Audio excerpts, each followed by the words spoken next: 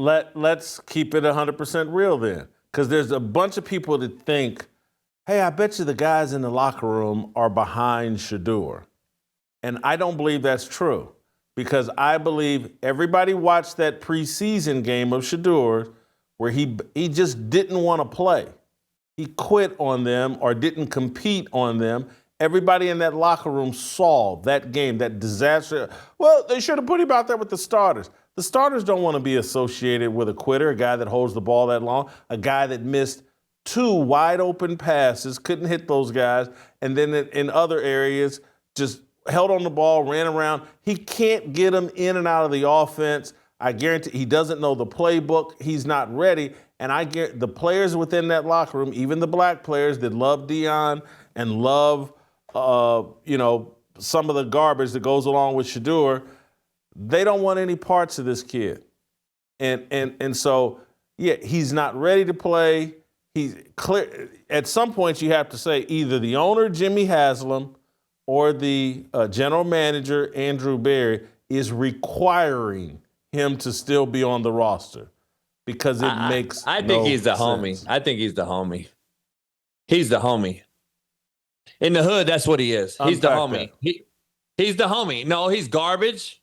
We know he's not any good at anything. We'll never pick him to like be on our starting 5 at the park. But he's the homie, so he's going to be able to go with us, drive with us, chill with us, go to the barbecue with us, eat with us. He's still the homie, though. Like, we like the guy. He's the homie. But he's not a guy that we're going to ride with. He's not the guy that we're going to put him in the game. I would say it different then. He's the homie that calls everybody's his big homie. And what I mean by that, he can't stand on his own 2 feet. He's got to be a simp. He's got enough money that he's willing to pick up the tab and pay for things because he made a bunch of money and he's Deion's son, made a bunch of money in college and NIL. And he's kind of you let him hang around because he'll pick up the tab.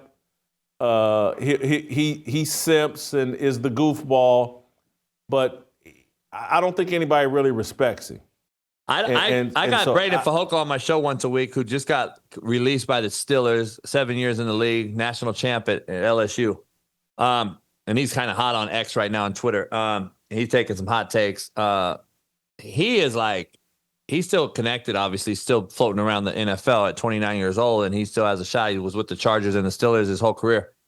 And he's hoping to get back on the roster, but if not, he's like, listen, I still talk to a lot of guys in this league and GMs. Nobody other than social media hype had this kid projected as a first rounder. I want to be clear. When CBS and NBC and ESPN projected him on their board, the board projections are from the social media and the hype that's floating around the universe. You didn't see a GM or a coach or an owner have him as a first rounder. Show me. I'm still looking for it. I haven't seen it. And here's the issue in macro, the whole take in totality.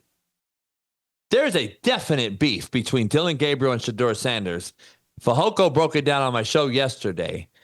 And that beef, when Dillon Gabriel got on the podium and talks about the timing take and all the things he said, subtle jabs right there, there's a reason why he can say that, because the team is backing Dillon Gabriel, not Shedeur. If they weren't, Dillon Gabriel wouldn't have said those things, contrary to a belief. For anyone out there that's never been in a locker room environment, there's a real take on that, what I just said. Dillon Gabriel would not have said what he said if the team did not back him fully. So I'm just throwing that out there. You got to macro level this thing. He is saying that because he knows that they back him and not Shedeur. I'm not going to put this on you, put it on me. Deion's going to be nuclear if someone tells him that I said this, but it's just true. And you just confirm my instincts in terms of there's no respect here.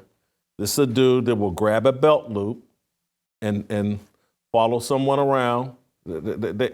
He's got money. He's a goofball, suburban kid. Because these locker rooms, no matter how much they've tried to sanitize them and all that, but to some degree, they still operate like a prison yard. And if you get some goofball in there from the suburbs, the Silver Spoon gated community, it's got a little money, they run through him. They make him grab a belt loop, and they make his family pay money for his protection, and that's what's going on with Shedeur. Deion has raised someone not built for this, and that's why he's a goofball in there miming deals and cracking jokes. He's got his hair braided up. He got the gold chains. But anybody in that environment can see like, man, this boy is soft as baby doo-doo. And that's on Deion because the kid never had to compete for a job. Never. Well, that's the thing. That's the bottom line. You said it right there. To junior high. He's never had the had job to compete for a job. Dallas, private school and high school, all the way through to Jackson State to Colorado. That's the problem, and he's showing it right now. He's showing that he has no tough skin, and at some point, man, it's an embarrassment, and I feel bad. I get secondhand embarrassment listening to the kid just continue to put his foot in his own mouth like, dog, just shut up and go ball. If you're going to play, you're going to play. If you don't, just eat it, humble pie, get better. You're back next year. You already got drafted. They're going to have to cut you. Make them cut you then and move on. But, dog, this other crap is just getting old and stale, and now we talk about it because that's what it is. We talk about what's popular. That's what makes shows. You can say what you want. Stop talking about it then, Jason. No, we're not, because you guys talk about it too.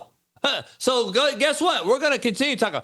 I will make Shedeur Sanders my thumbnail every day for the next 2 years. I don't care. I will do that I told my producer, put him as a thumbnail every day. I don't care. If he's going to get me likes, guess what? So will you. So will everybody out there. You guys bring it up every day in defense of the kid. I call them prime sexuals. You guys defend the prime sexual base every day. So guess what? Why can't I go against it if it's the truth? I'm tired of the prime sexuals. I'm tired of this whole thing. It's exhausting. I get secondhand embarrassment watching this kid just fall to the wayside because nobody's helping the kid. And he has bad advice from his inner circle. I'm just telling you right now. There's no way. Stefanski, I wish we'd bring this kid in and say, sit down, son. Bad. I'm going to go a step further in because we're sitting here thinking, and he does, he misses being coached by Deion. But he also misses, because the one that is crazy and the one that is built for an NFL locker room is Shiloh. Because Shiloh is about that life, unfortunately.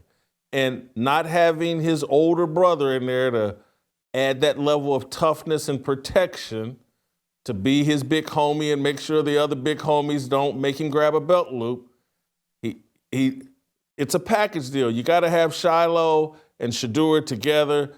Shiloh will keep everybody off of Shedeur. It's just... Deion, that quarterback, soft as baby poop, and that's on you.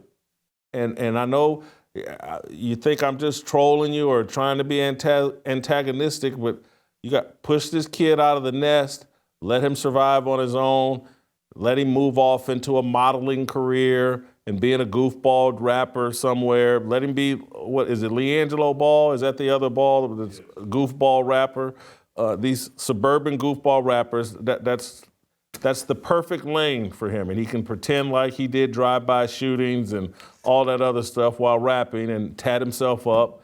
That's the lane for Shedeur. That's what you did by never letting this kid compete. Never Shiloh there to fight all of his fights. You raised a goofy. And all these goofy athletes that are running around defending Shedeur and Deion for raising a goofy athlete. That's the part I got. I'm more embarrassed by the guys defending him every day when the people that defended the mime thing and all that. I'm more embarrassed about those guys.